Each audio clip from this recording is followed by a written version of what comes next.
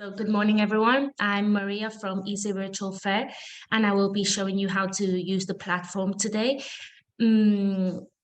It's important to know that this is being recorded, so we will send it over to you at the end in case you want to go through it or show it to someone else in your team.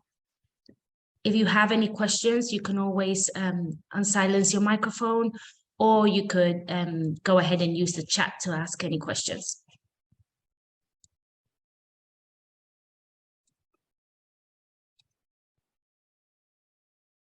Great. So to begin with, first we're going to see how to build the booth. To build your booth, it's important that you go to the URL of the event /CRM. Each one of you will have their own login and password. So it's important that you log in with your own user and password that's already been sent over to you. And once you're inside, you can start filling in all of the information in the booth. Nothing is mandatory, but everything is recommended. So the more you fill in, the better, as the visitor will be more informed of who you are and what you have to offer. You can add the company name, where is it based, external links to different URLs that you might be interested to share with the visitors, contact information, the social media links, and information about the company and the type of profiles you're interested in. One of the most important things here under corporate data is the logo. The logo is the first thing that the visitors will see before entering your booth. So it's important that you upload one. It has to be JPEG and no more than 5 megabytes. If you try to upload something like PNG file or a file that weighs more than 5 megabytes, it will give you an error message. So it's important you follow these dimensions. Once you've selected the logo, you use your mouse to scroll down and scroll up to make the image smaller or larger. Okay, you can't resize this blue rectangle. What you have to resize is the image. Once it's inside the blue rectangle, you click save, and that's it. Every time you make changes, it's very important that you click save changes. If not, these changes won't be reflected on the actual event.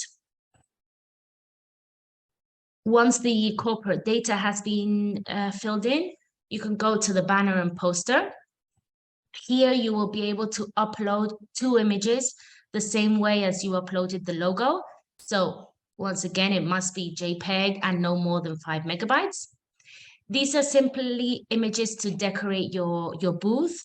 So it's important that these images are more visual than with a lot of writing. It's just to make your booth look nicer.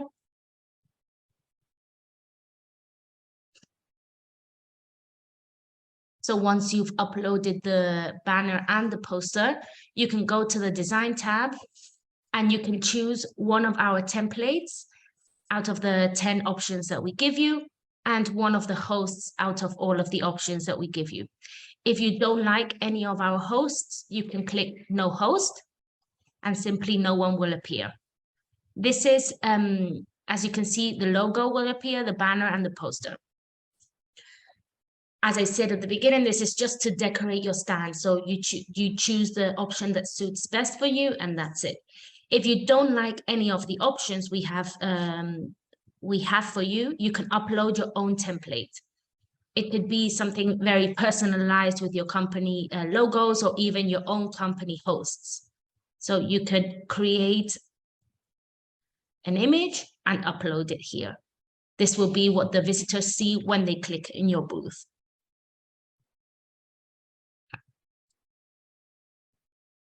After the design, Roland is asking if it's possible to get a copy of our slides. This, as I said at the beginning, this is all being recorded, so you will have a copy of it afterwards. After the design tab, we have the downloads tab. Here you can upload Word document, images, or PDF files that you might want to share with the visitors. There's no limit on the amount of downloads that you can add to your booth. The only limitation is that each download cannot be more than 5 megabytes. So the maximum size per file is 5 megabytes. You just click add file, you select a file from your computer, and you give it a name. The description is not mandatory.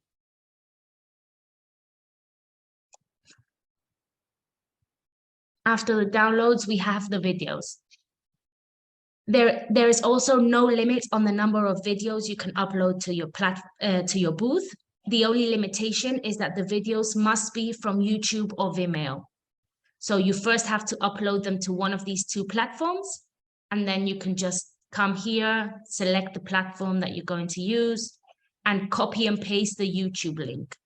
Okay, it's important that you copy and paste the YouTube link that appears at the top of your browser. If not, it might give you an error message. Then you have to add the duration, and that's it. Once again, you can add as many as you want. Promotions about your company, or information on who you are, a video on, for example, a day in your company, how is it to work there, or something like that. So it's just informative videos for the visitors that are going to be visiting your booth.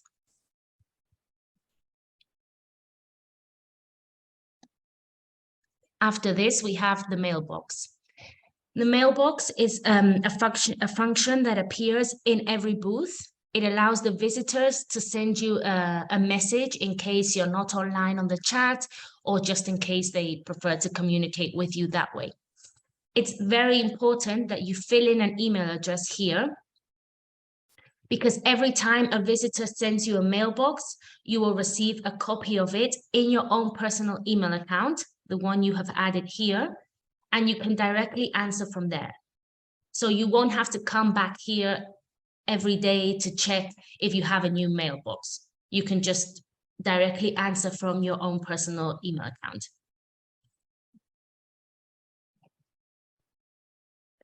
Under account options, you can basically just change your password if you want to. The username will always be the same. You can't change that.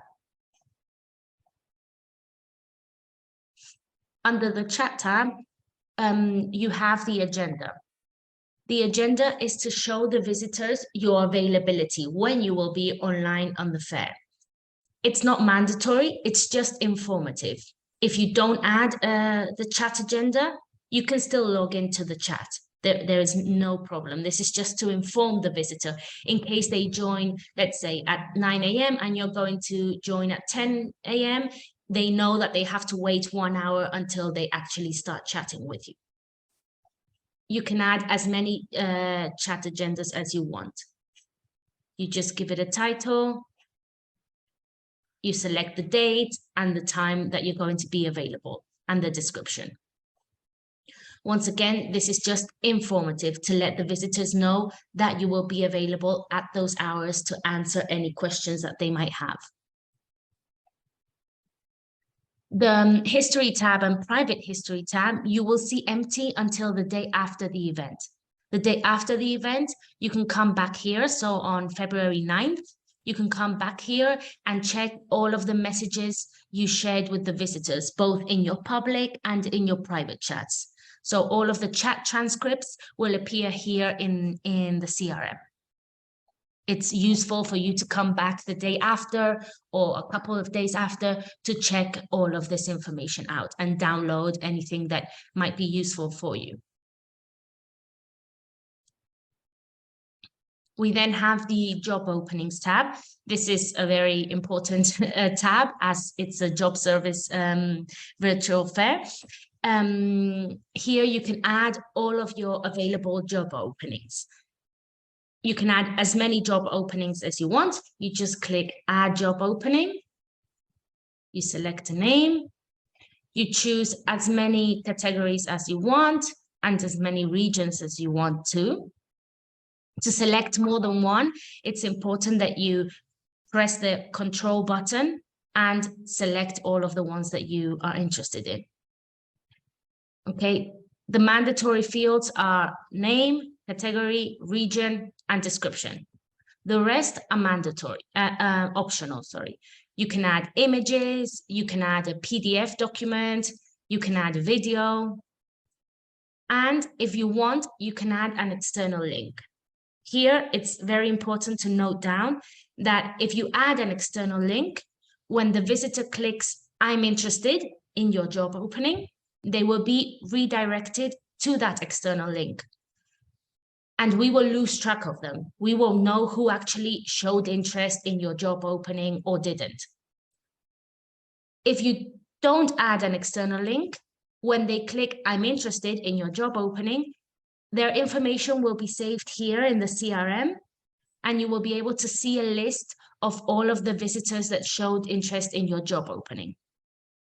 So that really depends on how you want to track them. If you can track them through your own platform, you can add an external link. But if you don't have a way to track them, we recommend you do not add an external link. And then at the end of the event, you will be able to check the information of everyone who showed interest in your job openings.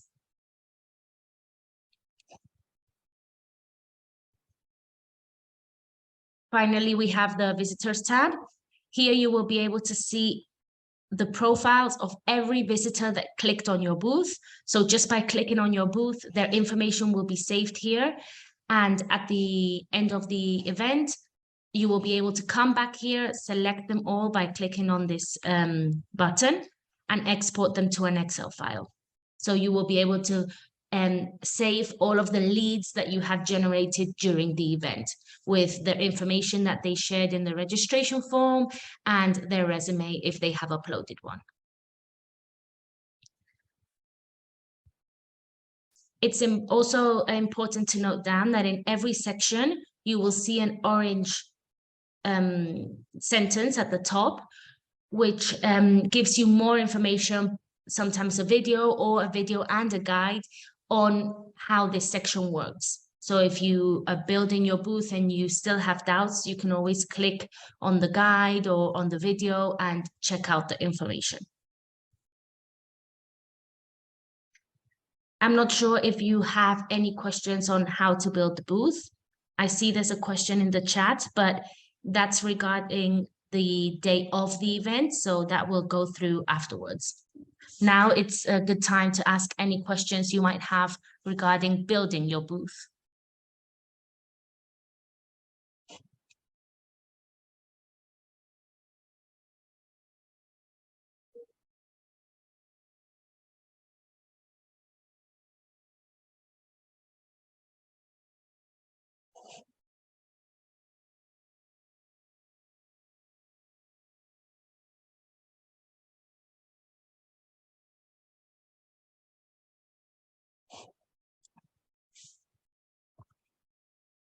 Yes, as Mary said, this is done once again on the CRM URL.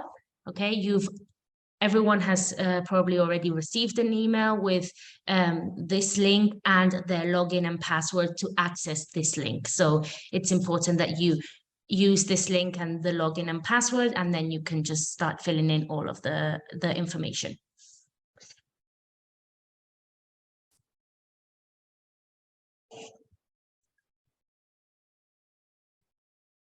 Okay, so the logo, to crop it, it's you just have to use your mouse to scroll down or scroll up to make it fit inside the blue rectangle.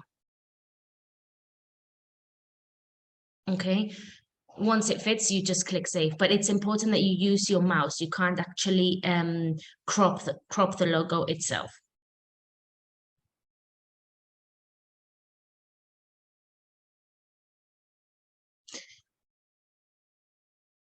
Okay, so I see all of the questions now regarding the chat. If there's no other questions on how to build the booth, let's go ahead and talk about the chat. So to see your booth, to see how your booth will look like before the event, and to try out the chat before the event and prepare all of the different chat accounts, it's important that you go to the URL/demo. Okay, so here you will be able to prepare your chat accounts and see what your booth looks like for visitors. Okay, each booth has 10 different chat accounts. This means that 10 different people from your team can assist the day of the event at the same time.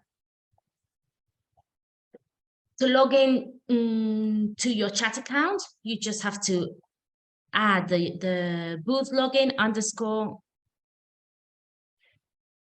chat 1 or chat 2, chat 3, chat 4, up to chat 10. Okay, so each one of these are individual logins. Once you click login, you are in. Okay. The first thing you should do, let me log in with another chat account. So once you're in, the first thing you should do is click on your name on the top corner and go to view profile. Here you will be able to edit your profile. It's very important to add your name, your position, and even add a photo if you want to. Because if not, the visitors will see you as JSND2 test1 _ EN _ chat9. This is not very personal. So we recommend that you add your name, surname, and your position. Okay, and then you click save. Email, Skype, and video link are not mandatory. It's very important you actually leave video link empty. Okay, so you click save, and this is now saved for the day of the event. So you won't have to do this again. We recommend that you log into the demo link and prepare your chat account. So the day of the event, you just have to log in and start chatting. You don't have to go through all of this process. Okay, so once you've edited your chat account, you're ready to start chatting. There's 2 types of chats. Actually, there's 3 types of chats. There's the public chat, which there's only 1 public chat per booth. This means the 10 team members from the same company will be talking in the same public chat. Okay, the public chat is public, as the name says, so everyone will be able to read what you're saying in this public chat. We normally use it to answer generic questions, to welcome everyone to the fair, and just to say relevant information that you might think everyone will benefit from. So the first thing you should do is just send a welcome message in the public chat. Okay, if you click on the 3 dots of the public chat and go to group profile, you will be able to see all of the participants that are reading your public messages. Okay, this is just informative in case you want to see who is reading them. Apart from the public chats, we also have private chats. Private chats, these are one-to-one chats between you and one of the visitors or other exhibitors. So to start a private chat, you go to the visitors list, you click on a visitor, you are able to see their information from the registration form before actually starting a chat with them, and then you click chat with me. So once the visitor answers, you will receive a couple of notifications. You will hear a ping sound like you just heard. You will also see a green bubble on top of my private chats. You will also see a number next to the visitor that has sent you that private chat, and you can click on it and continue chatting with them. Okay, private chats are both written or video. So if only you as the exhibitor can start a video call, you would just have to click on this video camera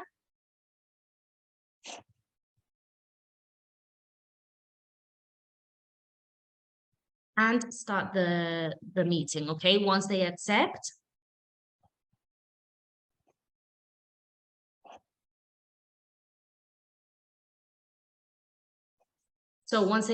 they will be in the call, and as you can see, you will appear as not available.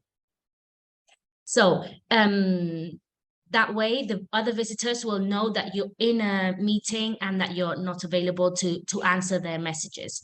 Okay, while you're in this call, you can share your screen, you can continue sending messages through the chat, or even sending them documents in case you might want to share something relevant with them. Once you finish the call, you click leave and the X button. They do the same. And then you will see that they're not available will appear as online again.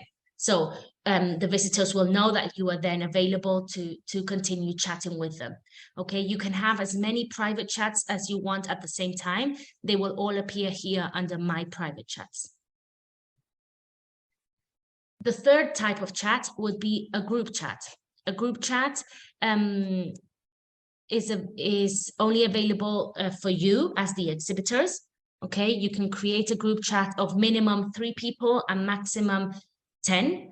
So you could add visitors or even other exhibitors, okay, other team members or members from other booths in case you want to put a visitor in contact.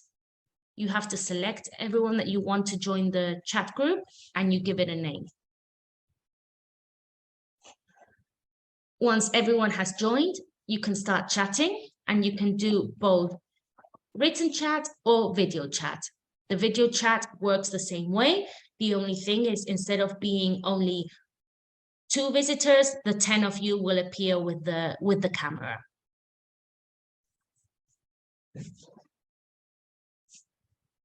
Okay, so these are the different chats. It's important to know that you will be able to send a message to any visitor that is online on the event. So here under visitors, you will see a list of everyone that's online, no matter if they have visited your booth or they haven't. Okay, just everyone will appear and you can start a message with whomever you want. Also under exhibitors, you can go to another exhibitor and start a private chat with one of those team members. So in case you want to talk to the organizers of the event, you could do it through the chat too.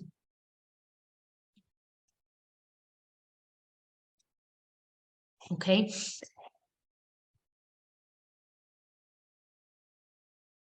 So I see there's a question in the chat. If you selected more than 1 pavilion, do we need to do anything special?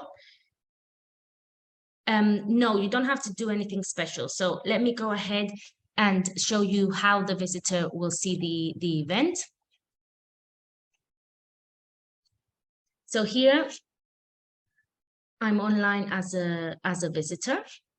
Okay, as a visitor, I can scroll down and see all of the different. So I can scroll down and see all of the different booths that are in every pavilion. So if your booth is in more than 1 pavilion, I will just see it twice, but it doesn't make any difference. Okay, once I'm in a pavilion and I click on a booth, I will be able to see all of the information. So as I explained before, here would be the template that you select, or the template that you upload to decorate your booth. And then it's all of the information that you have uploaded. The visitors, to start a chat with you, they can start it through this chat on the right-hand corner, or they can click on your booth and click on chat. Here, it will redirect them to the public chat.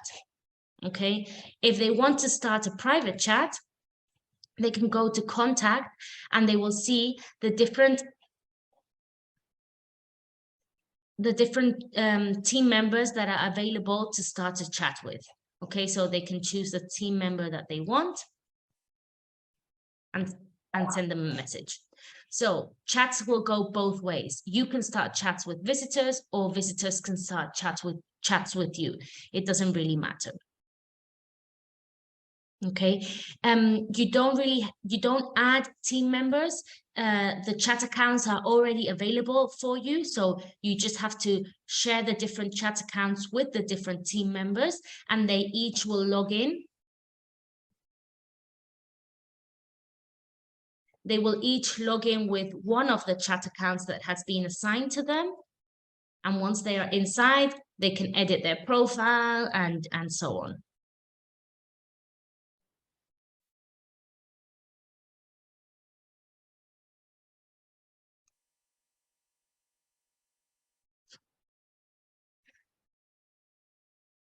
I'm not sure if there's any other questions regarding the chat.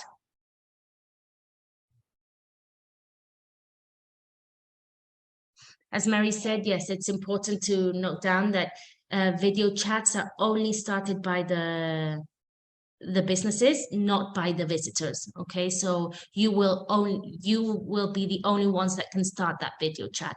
The visitors can start written chats, but not video chats.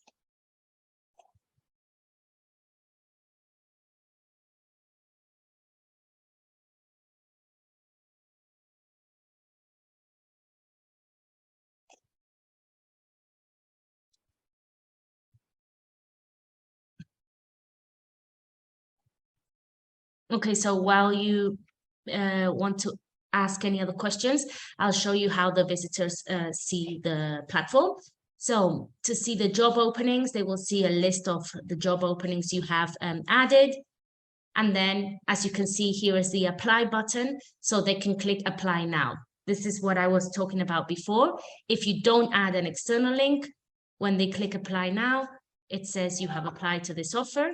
If you add an external link, when they click apply now, it will redirect them to that external link that you have added. Okay, they will also be able to see all of the documents you have uploaded, and the different videos.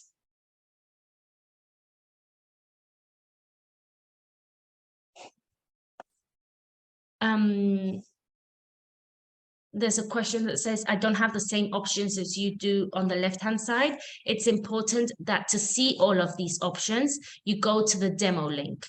Okay, the demo link it's only for you to see the fair prior going live. So you can create all of your chat accounts and see how your booth looks before the fair goes live. But it's important you go to the demo link.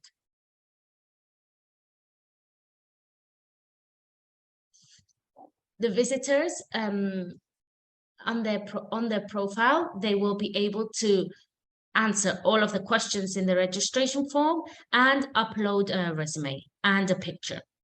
And you will be able to have all of that information afterwards. If they have visited your booth, you will be able to see all of this information.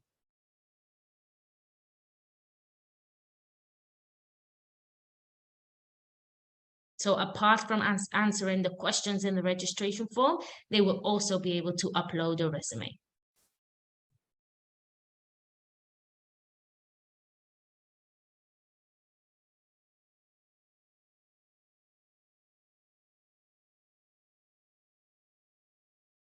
Yes, I'm not sure, Mary or Dustin, if you're going to send out the link to the event closer to the date of the event.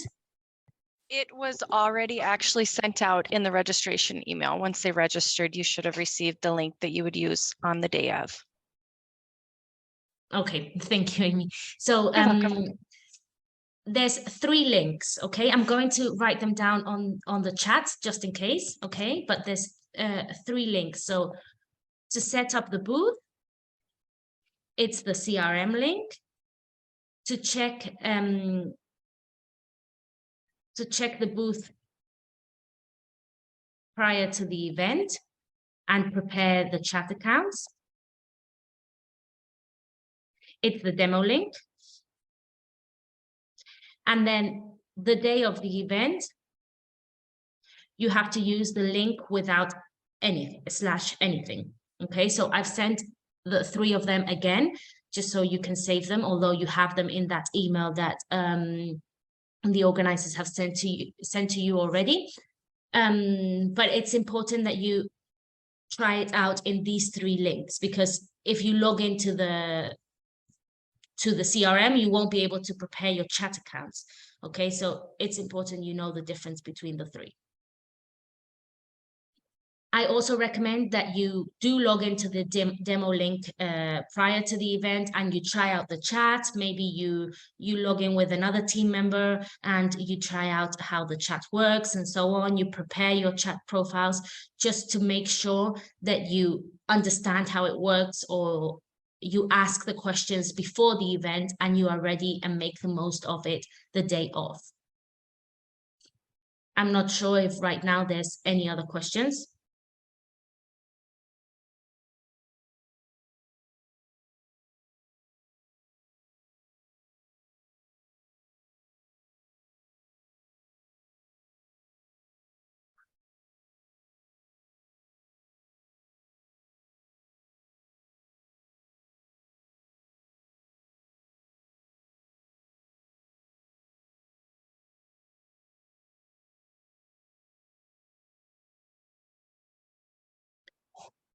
Okay, there seems to be no questions.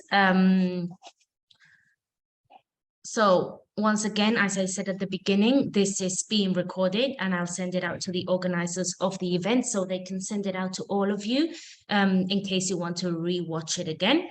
You have the guides in the CRM to download and see all of the information on how to use it. But if you have any questions from here to the day of the event, we'll be happy to help out.